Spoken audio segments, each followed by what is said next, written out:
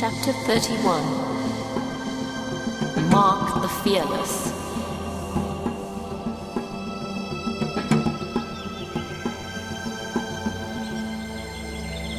Zak continued to ponder upon Zentran's intention as they sat on the hillside in the fresh country air.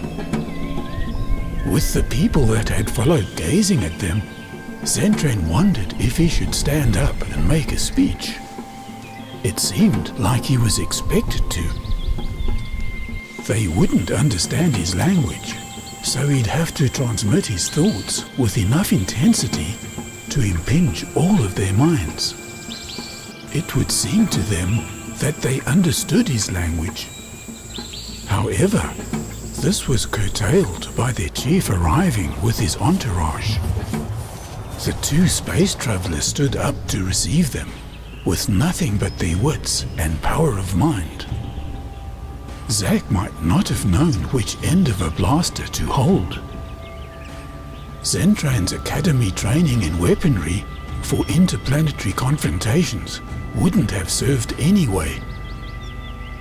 Given these people's limited resources, the man that stood in front of them was tastefully dressed in animal fur.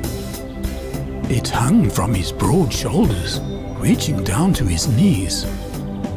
Around his neck was a string of canine teeth. They were sized with the largest in the center and strung together in equal spacing. Through a thong tied around his waist, an axe resided. Its wooden handle showed deep battle grooves, and its polished blade was sharpened. One got the impression that this man would have been comfortable barefoot.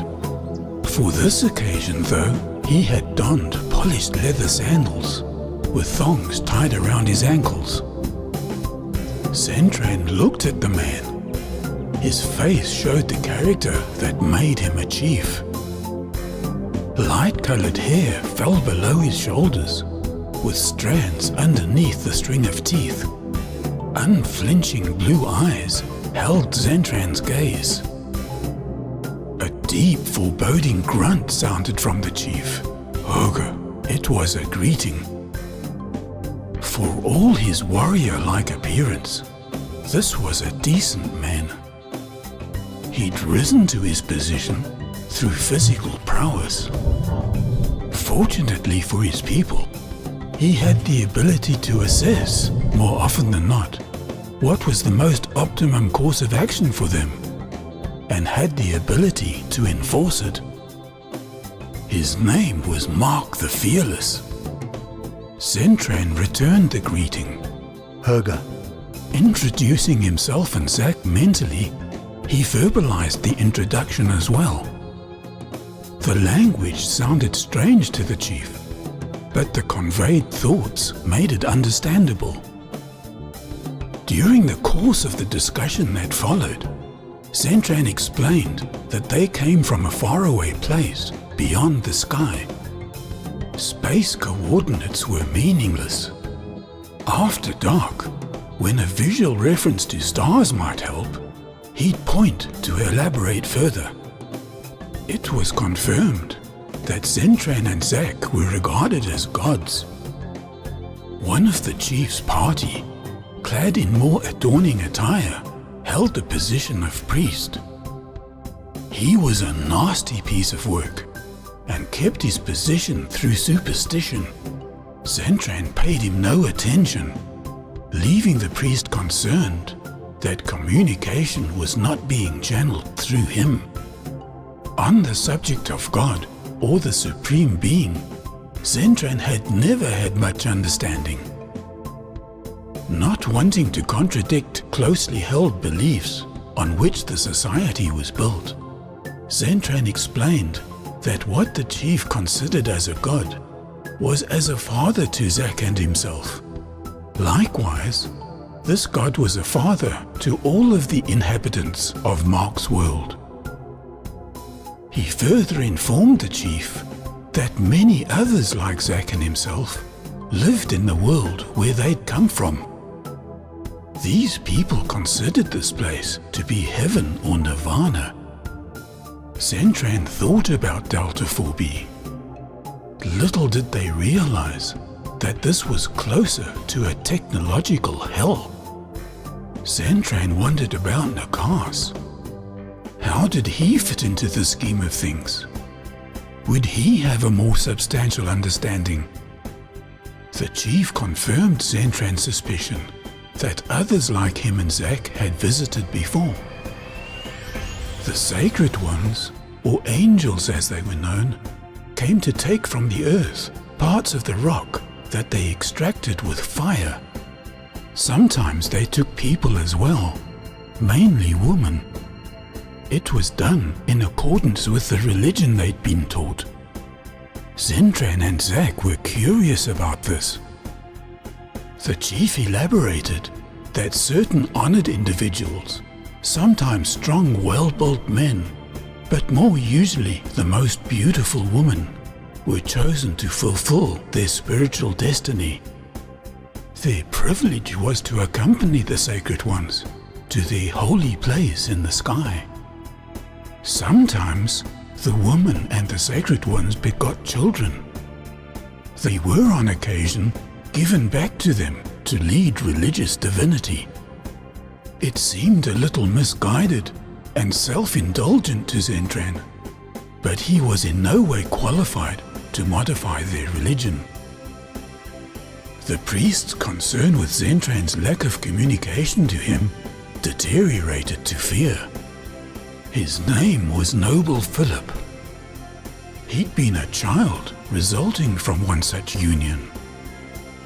His more slender build bore evidence of this, although he was certainly no more knowledgeable than the rest of the people. Other than tricks he used to deceive them, he knew little. His smile was a practiced, all-knowing one, falsely serene. He fought to conceal his inner anguish and hoped that his aloof posture showed none of it. His suspicion that Zentran's gaze saw through him was becoming a source of terror. To alleviate the situation, Zentran returned Philip's insincere smile, with a resolve to deal with him at a more opportune time. The chief and others present had their eyes fixed on him. Zentran smiled more sincerely at them. An unexpected reaction resulted. The smile was understood to indicate that a father had returned to visit his son. The misconstrued idea produced an enormous cheer.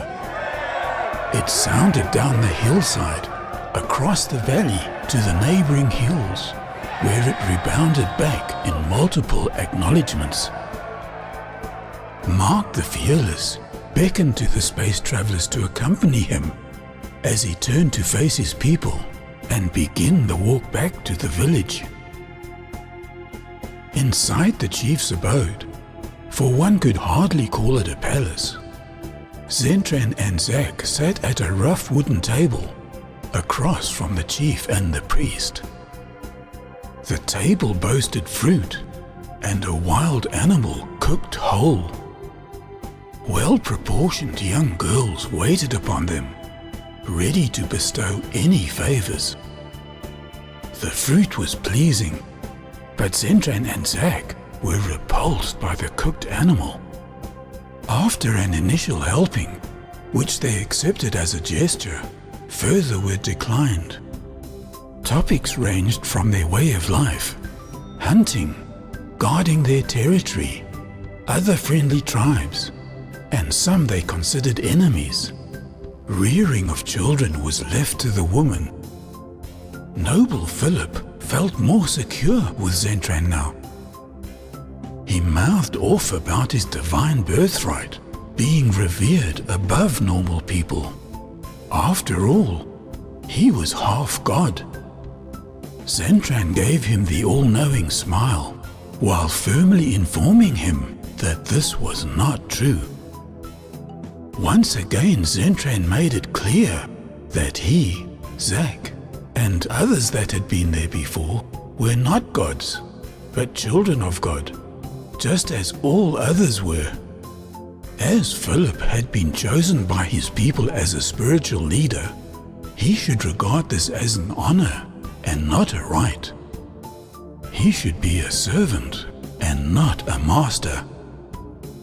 Mark the Fearless realized the merit in this, but no one had ever thought to question the traditions he'd been born into and grown up with. Noble Philip did not take it well. The cowardliness that drove him to dominate once again brought him to fear. What of the sticks that breathe fire and death? Uttered the troubled priest. A true God would have no need of them. He would have no need to cause death or be mindful of punishment or revenge. He'd be more concerned with correcting wrongs by example and instruction into better relations for everyone. Zentran was starting to feel out of his depth, but he'd wanted to help change this race's warlike practices. He'd just have to stay with common sense. What about your fiery chariot, in which you ride through the sky? Came from the interested chief. It is much like your development of fire and the sword. They give you control over your environment. We are an older race. We've taken such and developed it further, so that we have control over that which holds us to the ground. The chief had a vague understanding, but the priest had none. He was far more comfortable with the idea of divine magic. Turning to the priest, Zentran addressed him directly. Your function in this society should be one of compassion. You should see to the welcoming of babies as they are born into the world, of marriage ceremonies, and ceremonies for those who depart from the world. In times of trouble, people should be able to confide in you. Your empathy and good reasoning will help them through their difficulty. If you do so honestly with a genuine desire to help, you will gain far more respect than you have now. Mark the Fearless will see to it that it is so. The chief nodded in approval. Excusing himself, Zentran got up and wandered outside to look at the night sky. A young girl followed, keeping a respectable distance. She couldn't have been any older than 18, but she held herself with poise, indicating she was of high class. Gazing up at the stars, and the route he and Zak must follow back to his own people, he thought of Fora. Turning to the girl, he observed her innocence and the expectation of what she'd been taught would be required of her at this time. Zentran's gaze moved back to the star-filled sky, and raising an extended finger, indicated an approximation of where he and Zak came from. The girl, not quite sure of how she should respond, acknowledged with a graceful curtsy. Zak joined him, accompanied by another young girl that could have been the other's twin sister. He was tired. So was Zentran. They were led by the girls to a temple. Inside, they reclined on fur-adorned wooden bunks and were soon lost to the unknowingness of sleep. The girls watched them sleep. They weren't sure what was expected of them now.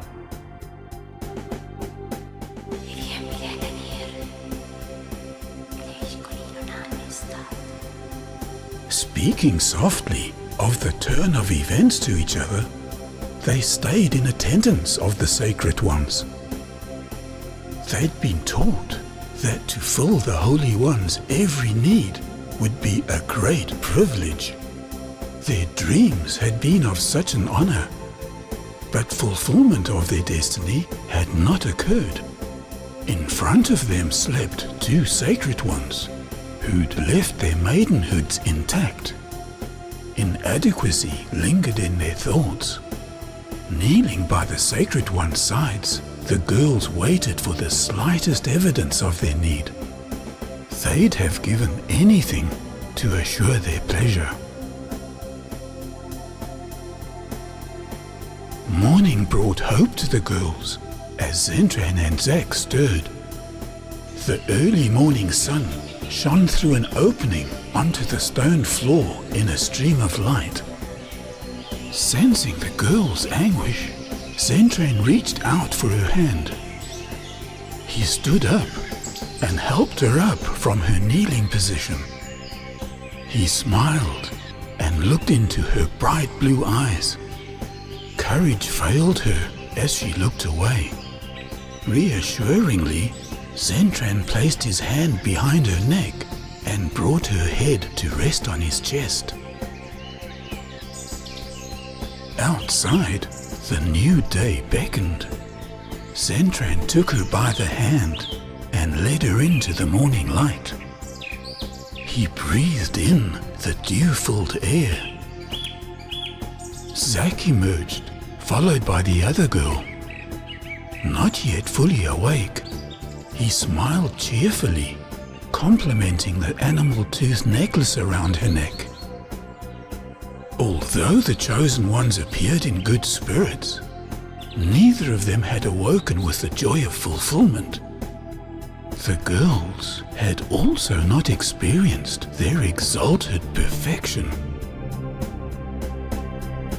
Something is amiss. Zak shuddered, keeping his cheerful appearance. I feel as if someone just walked over my grave. Zentran's light-hearted expression didn't falter either. I feel it too. There's a disturbance in the realm. A close look at Zak's face revealed eyes that didn't smile. This girl would be the answer to anyone's most passionate fantasy. But she's not Venru. I need to get back. On another occasion, Zentran would have laughed, as this was a significant change to the Zak he'd grown up with. Now, however, he felt a foreboding. He turned to face his friend. Let's go. Without pomp or ceremony, they made their way to the craft. The girls followed. At the stone structure around the cruiser, the space travelers made their farewell gestures to the girls, with sincere hugs and kisses to the mouth. This was met with cheers from onlookers, camped out around the sacred chariot of fire. Gently lifting the saucer above the stone encirclement, onlookers, together with the chief, the priest, and the two young girls, were engaged in their familiar chant. As on their earlier visit, arms were held above them, with fingers pointing at the sky. It was still a magnificent sight. The planet receded below them into the distance. Zentran set course for Tranor. He engaged the lightspeed drive. The brilliance of stars was masked for an instant by a flash of light spectrum, confirming the light barrier had been penetrated.